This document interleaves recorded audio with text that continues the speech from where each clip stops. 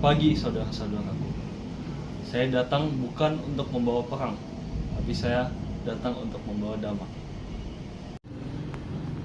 Damai, orang sepertimu datang dari negeri jauh, membawa ajaran asing.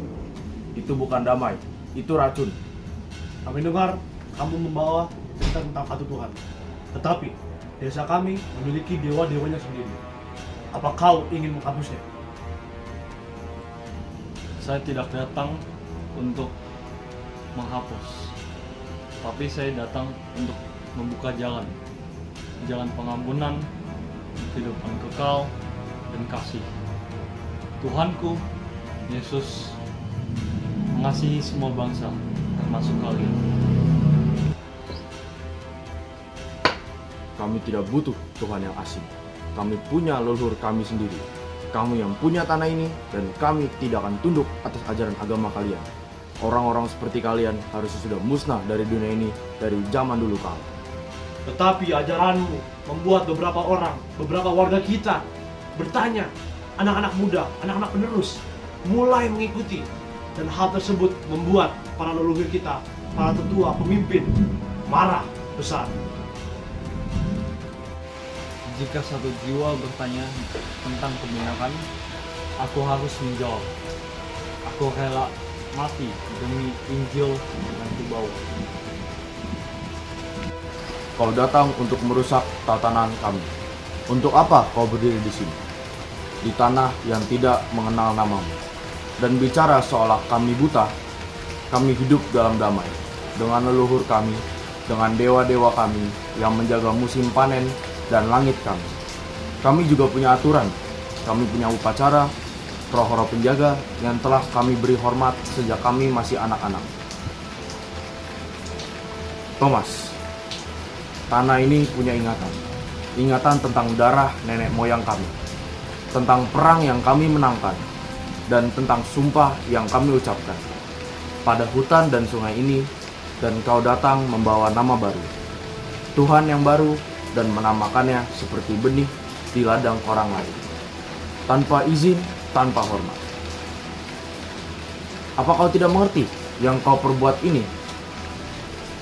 Para tetua kami diam. Mereka yang tak pernah kehabisan kata-kata, kini hanya bisa duduk dan gelisah. Kau bukan cuma mengubah pikiran, kau mengguncang jiwa desa ini, yang pada dasarnya selama ini kami pijak. Ini bukan hanya tentang ajaranmu, Thomas. Ini tentang kehilangan siapa diri kami. Kau pikir kebenaran selalu indah? Tidak. Kebenaran juga bisa menjadi badai. Bisa memecah rumah-rumah, mematahkan akar, dan jika kau tetap di sini, menabur kata-katamu seperti bara api, maka jangan salahkan aku jika angin berubah menjadi amukan. Aku tidak datang untuk menjadi pahlawan. Dan aku tidak berdiri di sini untuk memaksa siapapun tunduk pada apa yang saya percaya. Aku hanya datang sebagai seorang hamba, seorang pengembara, dan yang membawa pesan dari Tuhan yang mencintaiku. Tuhan saya juga mencintai kalian lebih dari apa yang kalian bisa bayangkan. Aku tahu apa yang kamu lihat.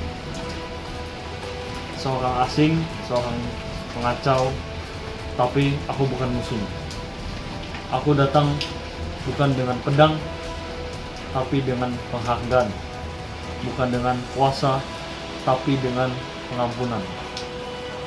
Dan aku tahu bahwa kata-kataku ini terasa sebagai luka di antara tradisi kalian. Tapi apakah luka selalu bertanda kehancuran? Kadang luka adalah awal dari penyembuhan.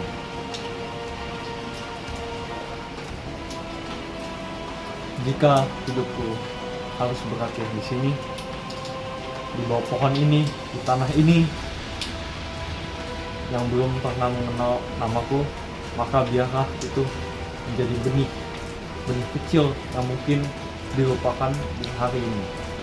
Tetapi suatu saat nanti benih itu akan tumbuh menjadi suatu pohon yang besar yang mengartikan siapapun yang menolak kebenaran hari ini, mungkin akan mencarinya dengan mata air besok. Aku tidak membencimu.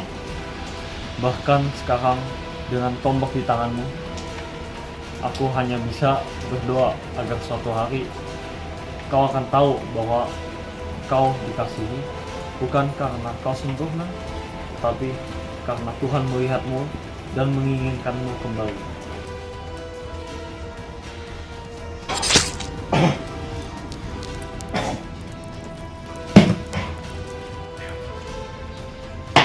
Mengapa dia tidak melawan?